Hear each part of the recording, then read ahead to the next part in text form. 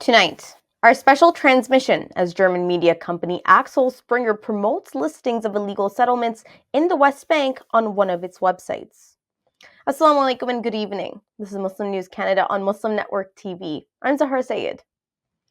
Today is the 145th day since Israel started bombing Palestinians incessantly.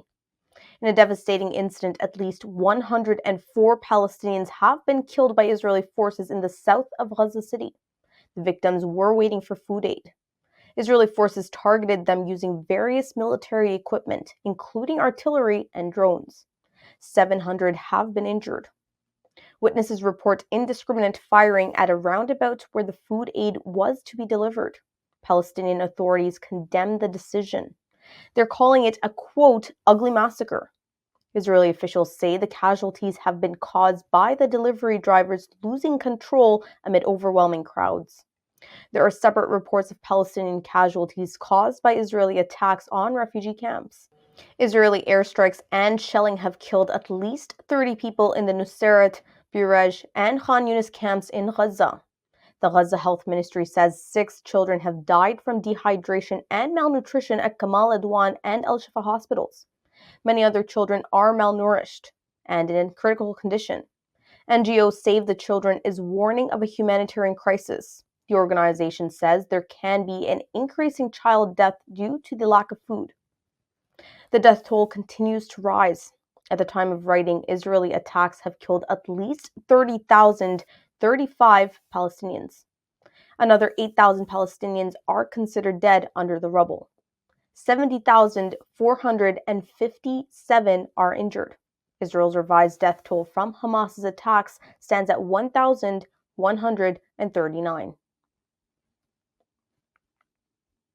Amnesty International says Israel is ignoring the ruling by the International Court of Justice by obstructing humanitarian aid to Gaza.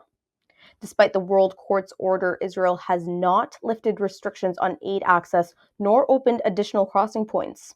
The organization says by blocking aid, Israel has created one of the worst humanitarian crises in the world. Humanitarian agencies report a decrease in aid trucks entering Gaza since the ruling. Humanitarian workers are also facing obstacles in delivering aid. Residents describe severe shortages of food and water. Children are severely malnourished, and some of them are in critical condition. Up till now, Palestinians have been grinding barley and animal feed to make bread. Now that has also become scarce. Amnesty International says Israel should adhere to the World Court's ruling. The organization is urging support for the United Nations Refugee Agency to sustain essential services for Palestinians. In related news, several countries have coordinated the first ever joint humanitarian aid airdrop Tuesday over northern Gaza. Jordan, Egypt, Qatar, and the UAE and France have dropped approximately 45 tons of essential supplies to areas facing severe shortages. The aid includes food and medical items. The initiative is in response to warnings from aid agencies about an impending famine in Gaza. Witnesses say despite the airdrop, supplies are insufficient to meet the needs of Palestinians. A senior Hamas official says a ceasefire deal with Israel remains on the table but has not yet been finalized. In an interview with Al Jazeera, Bassem Naim says Hamas is demanding guarantees for a total ceasefire, withdrawal of Israeli troops, and freedom of movement for Palestinians. Hamas is also seeking international guarantors to ensure Israel's compliance. He has dismissed President Biden's optimism for a ceasefire by next Monday. Naim says Hamas is flexible on timing and exchange of prisoners. He, however, says there is an immediate need for action to prevent further civilian casualties.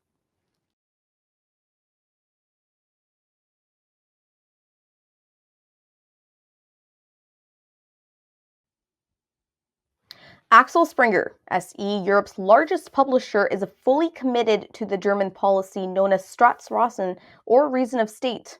The policy addresses Germany's controversial Jewish history by showing strong support for Israel. This stance has been especially evident in the media landscape following Israel's war on Palestine. Recent editorials in Die Welt, a Springer-owned publication, have even gone so far as to proclaim "God bless the Israel Defense Forces."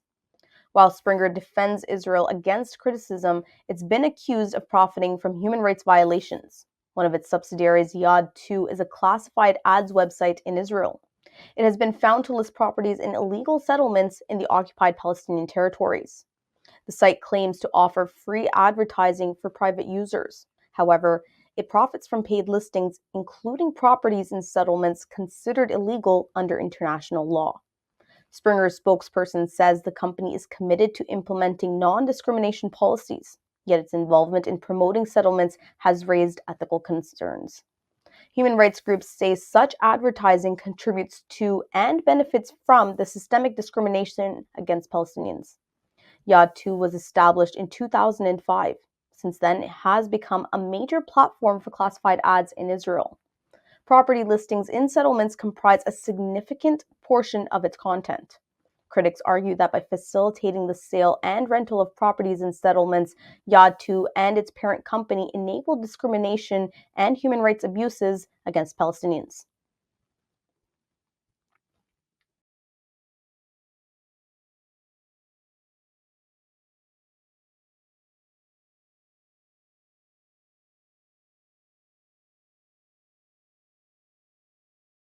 A U.S. federal appeals court has accelerated the appeal process for a lawsuit accusing President Biden of failing to halt genocide in Gaza.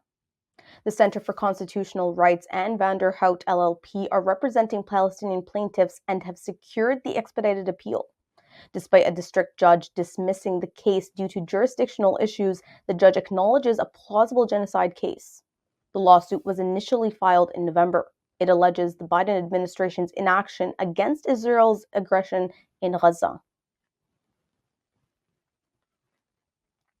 Israeli forces have uprooted approximately 55,000 trees and dismantled 9 public parks. A zoo in the Zaytun neighborhood in Gaza has also been destroyed. Local municipality authorities say workers attempting to access the zoo have been shot at. This has disrupted feed delivery for the zoo animals. The zoo houses around 100 animals. The local council is calling for urgent international intervention to stop Israel's environmental terrorism.